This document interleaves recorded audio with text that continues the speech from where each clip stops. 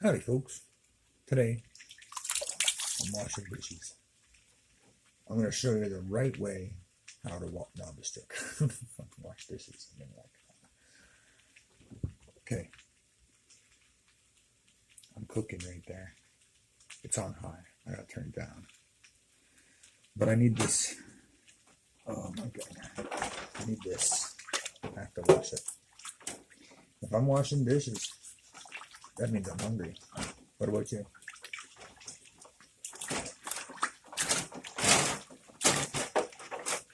Oh yeah.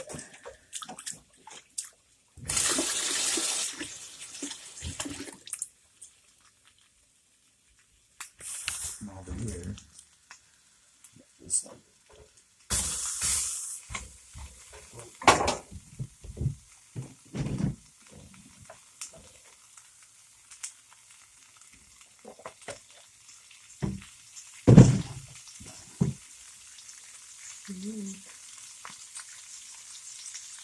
How do you guys smell that?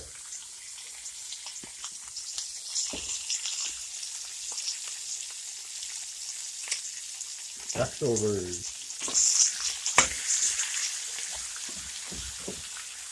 Let's got turn it down.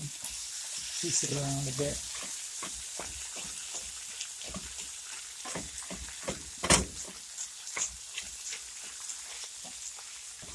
Get a good fry on there. And there we go. And then I'll turn it down. So now I just gotta wash all these damn dishes. Oh, first thing I do, cut myself with a potato peeler. Well, not quite. Potato masher. There we go.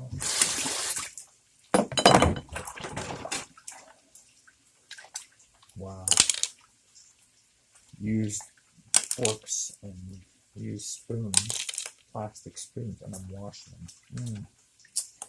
Kind of defeats the purpose of a plastic. I'm washing the paper plates right now. Kind of sad, but I'm a bachelor. I moved in here with nothing. This is like a pile of stuff left over from the last tenants. And yep, this guy, I don't have I don't work, and so kind of like broke. I had this I think I have like 10 cars. I have 10 cars. Derby cars and derby trucks and motors and engines all over the country. And I'm truckless, I'm cashless. And so my vehicles are parked in friends' yards and my time's up. My time's up, my cash is out, and I haven't made money from demolition anyway, so I'm coming up with a plan to make sure all my vehicles are taken care of. And I'm going to start anew. I'm going to start all over. I have one LS engine of Vortec 5.7, 1989, 1998, something like that. And so I might keep that engine. It has 300,000 clicks on it. But it was in an accident and it starts straight up like nothing. I never drove it. The guy who took care of it before. You don't get a Chevy engine to 300,000 clicks by not changing the oil. So I might do something with that engine. I'm really inspired by a lot of people with their turbo cars. Kind of want to do a turbo car, but I mean, I just get into trouble no matter what I do. Flip Probably this video will get me into trouble somehow. I don't know how. But anyways, that's how it works.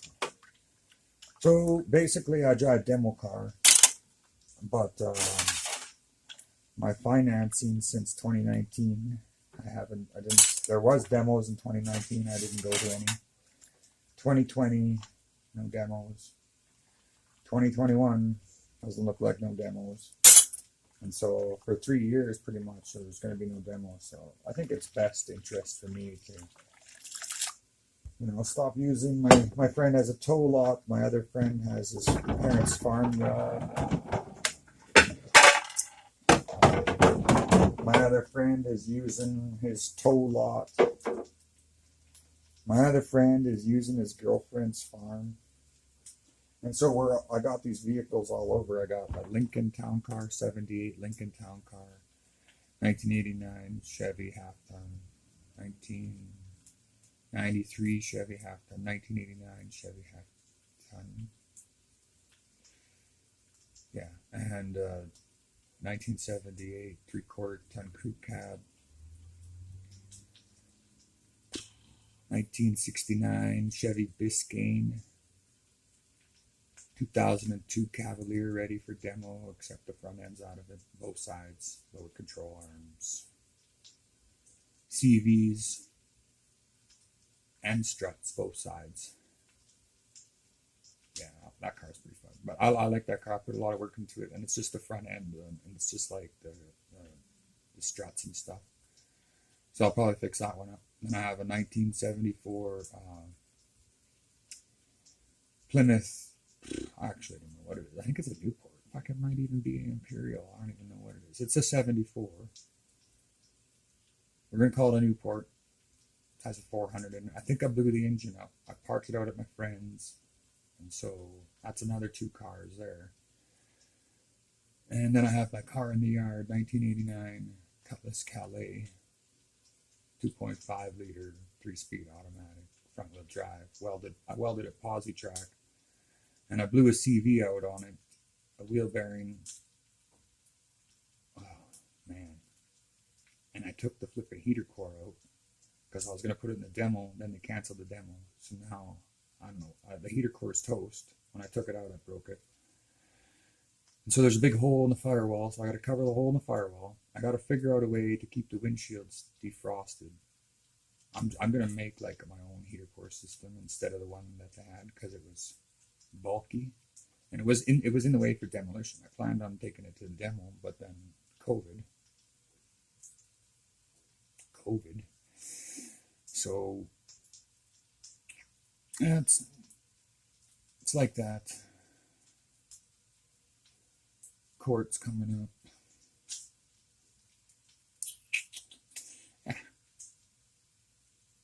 And I still believe in God. Do you believe in God? I do. I have to use a little bit of my imagination to believe in God. That's why I have a hard time arguing with Christians. I have dreams that come true. So for me to believe in something bigger than anybody else is pretty easy to do. My dreams come true. But for people whose dreams don't come true, I don't know how you believe in God. And then on top of that, you want to believe in Jesus too. Might as well have a virgin mother. Make it real. Make it real for yourself. Get that imagination up there. So I believe in God. I don't know. I do believe in Jesus, but I don't pray to Jesus. Jesus is a superstar God, and he had powers from God. You know what I mean? Like someone who has dreams that come true. I can easily believe that Jesus had powers of God because I have dreams that come true. I go to bed, I have a dream, and it comes true. I write the dream down. I write the dream down, and it comes true. On video, on camera. So, For Christians to believe in Jesus and God without having dreams come true is kind of far-fetched for me. But at least they believe in God. And Christians are good people. You can tell. They're trying to be good people. And they're not really that good at all. It's just that.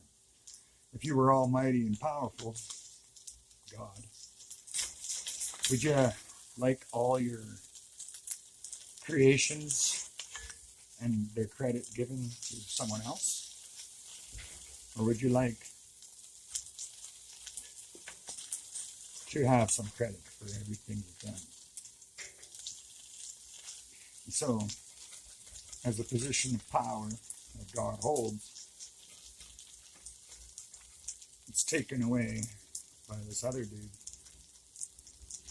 And so here on earth, the argument of religion is going to continue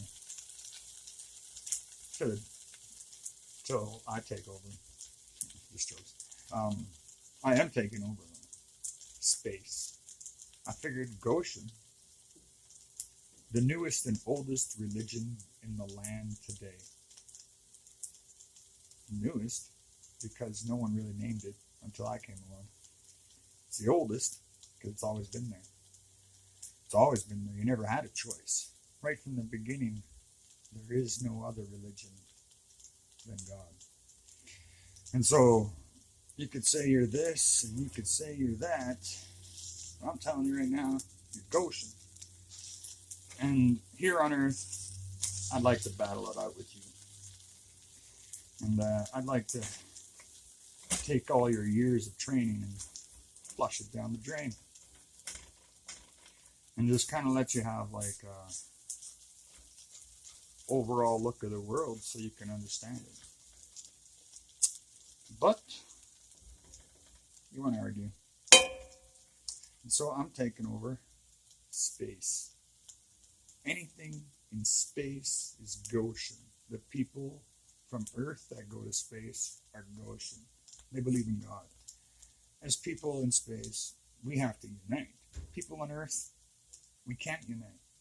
We haven't been able to for years. I think even if we knew our whole world and our whole flippin' Earth was set in the balance of us all wrapping ourselves around one religion, we're a bunch of idiots. We couldn't do that. We'd fight to the death and die. We would not conform one iota. I'm not conforming, I know that much. Not to anything but Goshen, God. To believe in God. To believe in God. That's what Goshen means. Goshen has one rule. Believe in God. The other rules, if I have to fucking tell them to you, I mean, I probably do, really, but I don't know.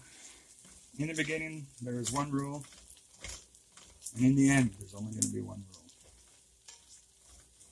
And if you have God in your heart, and if you have God in your mind, when you make decisions, good or bad, you can live with them.